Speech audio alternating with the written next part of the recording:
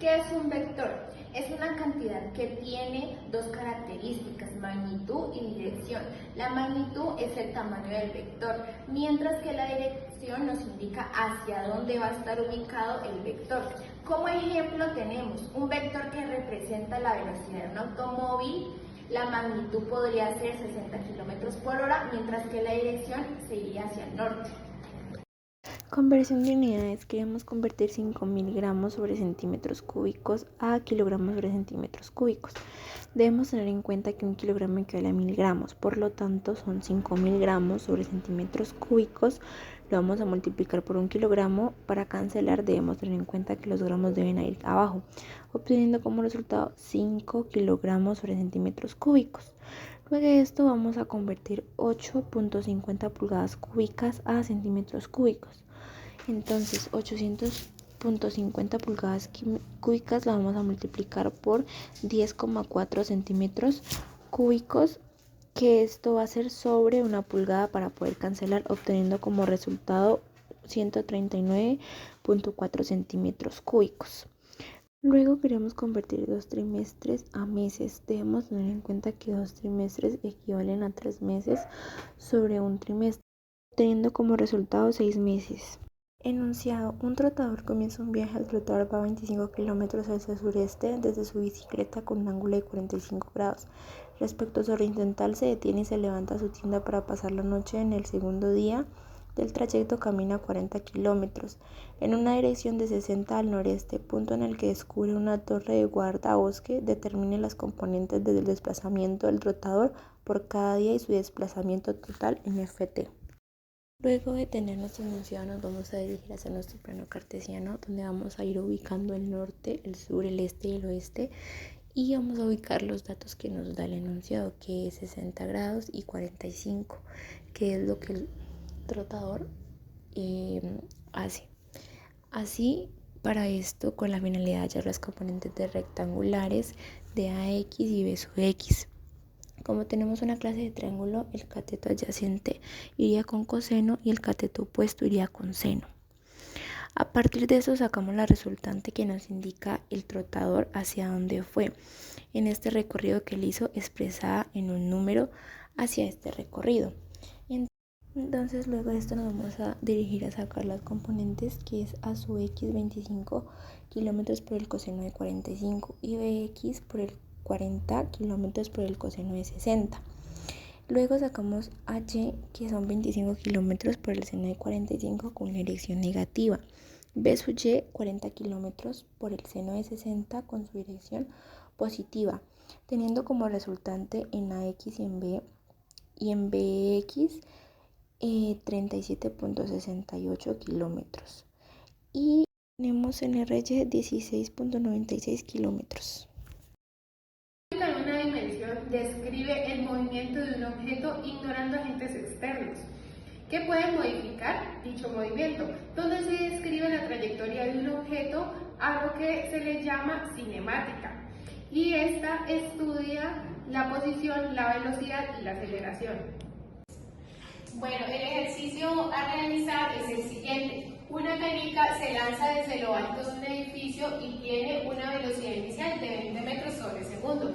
El edificio tiene 50 metros de alto y la canica apenas roza el borde del techo en su camino hacia abajo. La pregunta es, use tiempo en A como el tiempo cuando la canica deja la mano del lanzador en una posición A y determine su altura máxima. Aquí pues tenemos dos preguntas en una, nos hablan acerca del tiempo y también de la posición, por lo cual se emplearían las siguientes fórmulas que vemos aquí, y aquí tenemos el dibujo.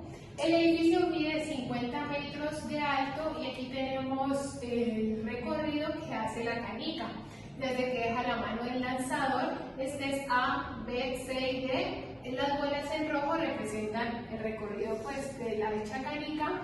Aquí tenemos la fórmula de la posición final y la fórmula de las velocidades.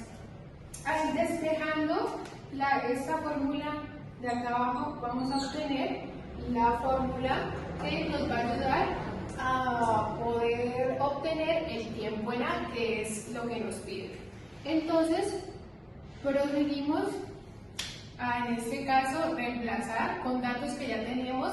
Nos dicen que la velocidad inicial es 20 metros sobre segundos y la gravedad es 9.8 metros sobre segundo cuadrado, por lo cual vamos a suponer pues que en este caso la velocidad final es 0. Proseguimos a reemplazar, obteniendo así nuestro tiempo en A.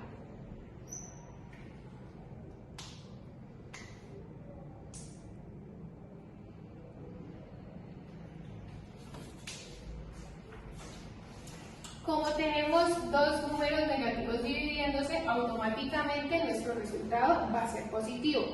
El resultado que obtuvimos es de 2.04 segundos.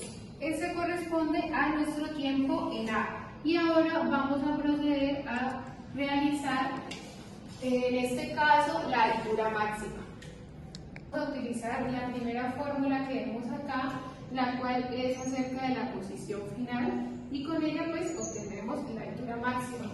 En este caso no necesitamos despejarla, ya que ella al final representa precisamente esa altura máxima, por lo cual solo vamos a reemplazar los datos. Aquí nos hablan de B inicial, la velocidad inicial en Y, que corresponde a 20 metros sobre segundos, que nos da el problema, multiplicado por el tiempo, que es lo que acabamos de hallar, menos un medio de la gravedad por el tiempo al cuadrado, que es lo que acabamos de obtener, por lo cual vamos a reemplazar. La posición inicial es 0, más los 20 metros sobre segundos que nos lo da el problema, por el tiempo, que es 2.04 segundos,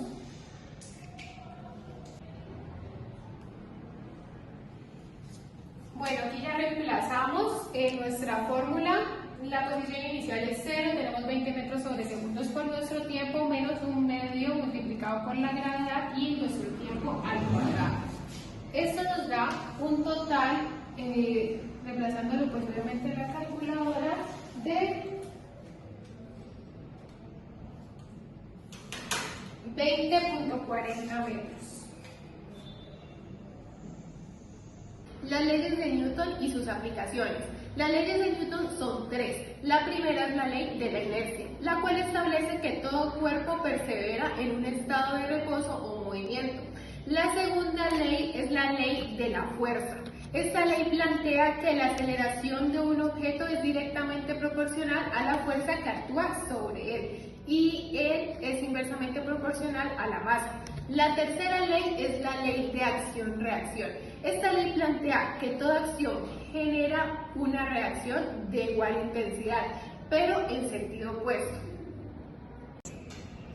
El ejercicio que vamos a realizar consiste en dos bloques de masa de 3.50 kilogramos y de 8.00 kilogramos que están conectados mediante una cuerda sin masa que pasa por una polea sin fricción. Los planos inclinados carecen de fricción. Encuentre A, la magnitud de la aceleración del bloque, B, la tensión de la cuerda. Aquí tenemos nuestro plano, del cual nos representa pues todo lo que acabamos de leer. Aquí tenemos nuestra masa 1, que corresponde a la que pesa 8.00 kilogramos, y nuestra masa 2, que pesa 3.50 kilogramos. Este triángulo pues cuenta con una inclinación de un ángulo de 35.0 grados, por lo tanto pues nuestras masas obviamente también van a estar inclinadas o van a tener ese ángulo de inclinación. Acá proseguimos a realizar los diagramas de cuerpo libre para M1 y para M2. Aquí tenemos el diagrama para M1, el cual es nuestra masa que pesa 8.00 kilogramos y se va a encontrar inclinado hacia esta área. Y nuestro diagrama de cuerpo libre para M2, que es nuestra masa que pesa 30.50 kilogramos, está inclinado hacia este lado, es decir, al lado opuesto de M1. Aquí las fuerzas que encontramos son la fuerza normal para M1 y también para M2. También tenemos una tensión, en este caso para M1 nuestra tensión está ubicada hacia el lado izquierdo. Y hacia acá que tendríamos la fuerza gravitacional y nuestras componentes rectangulares. El movimiento en dos dimensiones. El movimiento en dos dimensiones se refiere al movimiento de un objeto que ocurre dentro de un plano donde el objeto puede moverse de derecha a izquierda, de arriba a abajo. En pocas palabras, se mueve tanto en dirección horizontal como vertical al mismo tiempo. Movimiento de proyectiles o parabelos. Es el movimiento de un objeto lanzado al aire que sigue una trayectoria curva bajo la influencia de una gravedad. La trayectoria del proyectil es una parábola donde la velocidad es constante y la aceleración existe porque es debido a la gravedad. Ahora vamos a pasar al ejemplo. Un balón es lanzado hacia arriba desde lo alto del techo en un estadio por un ángulo de 35 grados con la horizontal y con una rapidez inicial de 30 metros sobre segundo. Como se muestra en la figura, la altura del techo del estadio es de 50 metros. ¿Cuánto tarda la pelota en llegar al suelo? Ponemos inicialmente los datos que nos da el ejercicio, que son la rapidez inicial, 30 metros sobre segundo, y el ángulo de 35 grados. Ahora vamos con la fórmula, que también la tenemos, que es el tiempo en A.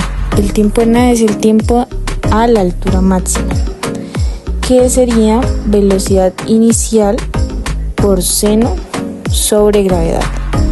Ahora reemplazamos los datos, que sería 30 por seno de 35 sobre 9,8, y el resultado sería 1,75 segundos. Ahora vamos a hallar la altura máxima con su fórmula, que es velocidad inicial al cuadrado por seno al cuadrado sobre 2 gravedad. Reemplazamos, sería 30 metros sobre segundo al cuadrado por seno al cuadrado de 35 sobre 2 por 9,8 metros sobre segundo cuadrado. Esto nos da un total de 15,10 metros. Entonces podemos decir que se demoraría 1,75 segundos en llegar a su altura máxima, que es de 15,10 metros. Movimiento circular uniforme. Un objeto se mueve alrededor de un punto en una trayectoria circular a una velocidad constante. Aunque la velocidad es constante, la dirección del movimiento cambia constantemente, lo que hace que el objeto experimente una aceleración centrípeta hacia el centro del círculo. Quiere decir que lo atrae. Ahora vamos con nuestro ejemplo. Un cuerpo gira en un círculo de 88 centímetros de diámetro, con una rapidez constante de 60 kilómetros sobre hora. ¿Cuál es su aceleración centrípeta expresada en metros sobre segundo cuadrado? Vamos primero a anotar los datos que tenemos, que en este caso sería el diámetro de 88 centímetros y la velocidad de 60 kilómetros sobre hora. Por lo cual podemos deducir que el radio es la mitad del diámetro, serían 44 centímetros. Teniendo en cuenta nuestras fórmulas, tenemos nuestra fórmula de aceleración centrípeta, que sería velocidad al cuadrado sobre radio. Tenemos un problema, y es que el problema nos lo pide en metros sobre segundo. Entonces vamos primero a convertir nuestros datos en las unidades que nos pide. Primero empezamos con 60 kilómetros sobre hora y eso nos da 16,6 metros sobre segundo. Ahora el radio en metros, que sería 0,44 metros. Ahora con la velocidad de 16,6 metros sobre segundo, el radio con 0,44 metros, ya tenemos nuestros datos. Vamos a reemplazar en la fórmula de aceleración centrípeta, que sería velocidad al cuadrado, 16,6 metros sobre segundo al cuadrado, sobre el radio, que es 0,44 metros. Hacemos ese esa operación y nos da 626,2 metros sobre segundo, y esa sería la respuesta de nuestro ejercicio. Para M2. También tenemos una tensión, en este caso para M1 nuestra tensión está ubicada hacia el lado izquierdo. Y hacia acá, que tendríamos la fuerza gravitacional y nuestras componentes rectangulares que corresponden a nuestra W en X y W en Y. Para el diagrama de cuerpo libre de M2 ya tenemos nuestra fuerza normal, pero la tensión está ubicada de forma opuesta. ¿Por qué? Porque el objeto o la masa se encuentra jalado o sí, como tensionado pues hacia nuestro lado derecho. Y también tenemos componentes rectangulares para X y para Y. En este caso sería aquí W en X, W en Y, W en X y W en Y. Y con todos estos datos pues vamos a proseguir a realizar nuestra sumatoria de fuerzas. Vamos entonces a continuación a realizar nuestra sumatoria de fuerzas para M1, que es en X, M1 por A, y tenemos nuestra componente rectangular en X, o sea W1X menos la tensión que la encontramos en nuestro diagrama de cuerpo libre hacia el lado izquierdo. Por eso esta es negativa. Despejamos la tensión y WX para la masa 1 es igual a 44.96 menos 8, que es su peso, por A. Y acá realizamos lo mismo para M2. Tensión menos WX en 2 igual a M2 por A. Tenemos que M2 tiene un peso de 3.5 por A más su WX en 2, que es 19.67. Ahora vamos a igualar nuestras ecuaciones 1 y 2 que vemos por aquí para obtener así nuestra aceleración. Por lo que vamos entonces a utilizar estas de acá, ya que despejamos la tensión. Entonces obtendríamos que es 44.96 menos 8 por A igual a 3.5 por A más 19.67. Entonces ya hallamos la aceleración mediante la igualación de nuestras tensiones, sacamos factor común y nuestra aceleración nos da 2.2 metros sobre segundo cuadrado. Y ahora vamos a hallar nuestra tensión.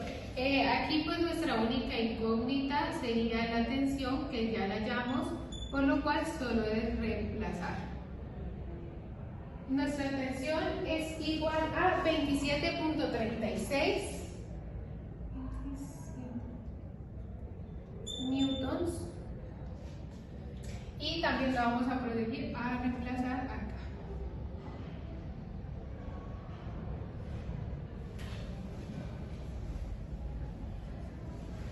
Y nuestra tensión nos da un igual de 27.37 newtons.